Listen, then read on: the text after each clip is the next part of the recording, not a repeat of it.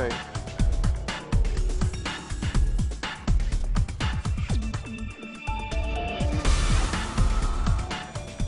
Good Monday morning, everyone. For teleSUR, I'm Cody Weddle here in Caracas, Venezuela. We begin in Greece, where radical left-wing coalition party Syriza won a historic victory there yesterday, toppling the incumbent conservative New Democracy Party in a snap general election.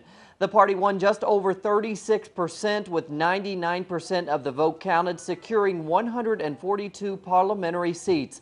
The party needed 151 seats for a clear majority.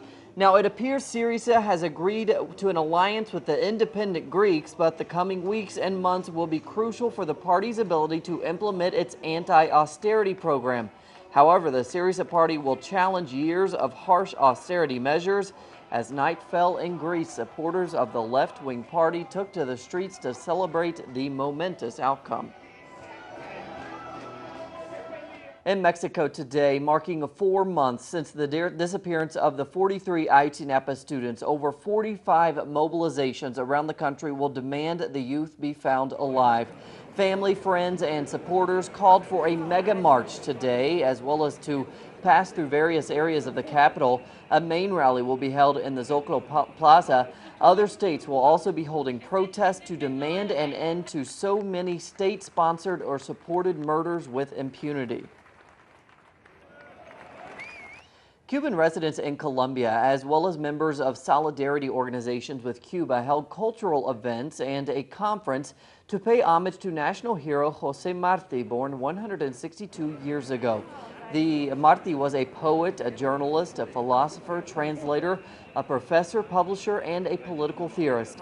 Through his writings and political activity, he became a symbol for Cuba's fight for independence from Spain in the 19th century.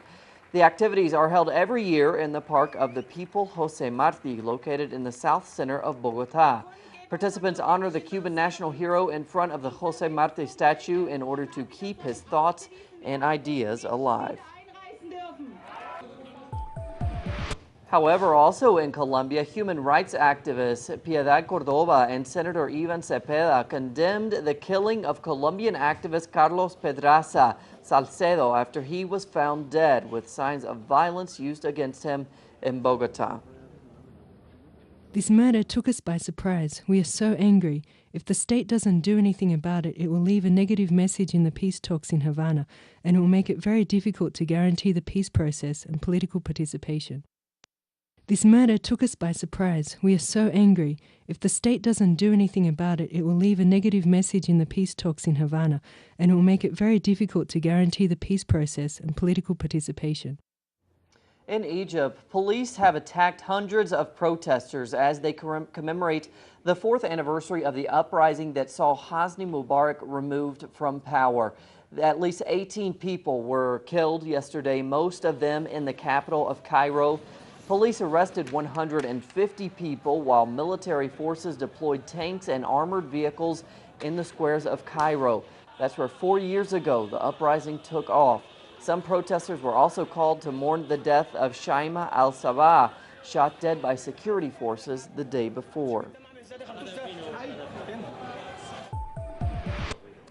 A number of racist anti-Islamic protesters turned up for their weekly march through the East German city of Dresden shrank yesterday. The number of them shrank. It came after the movement's leader, Lutz Bachmann, resigned following the discovery of a photo in which he posed with Hitler.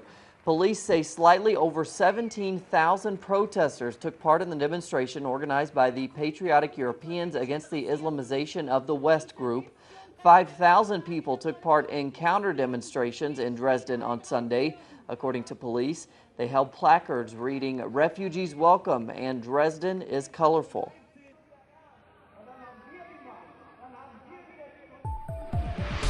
And in Ukraine, hundreds laid flowers and lit candles at Donetsk's Bas trolley bus station over the weekend, honoring the victims of an artillery strike that hit a trolley bus while stopping at the bus station last Thursday. The strike killed 13 and injured at least 7 others. The only survivor attended the ceremony, holding a sign reading, "Yet I survived." Chinese artist Kai Kuo-yang, famous for his art created with explosives, was in Buenos Aires, Argentina this weekend for the Tango Fireworks Show. The show was entitled Life is a Tango Dance, Tango and Fireworks for Argentina. The performance took place in the neighborhood of La Boca, often recognized as the birthplace and global capital of the dance. A traditional tango orchestra was on hand for the show and performed tango standards such as La Comparsita. According to the Telam Argentine news agency, a total of 43,000 fireworks were shot off during the 80-minute performance. The fireworks reached an altitude of 160 meters or 525 feet. More on those stories and others at our website, telesurtv.net/English. For teleSUR English, I'm Cody Weddle. Have a great Monday and have a great week.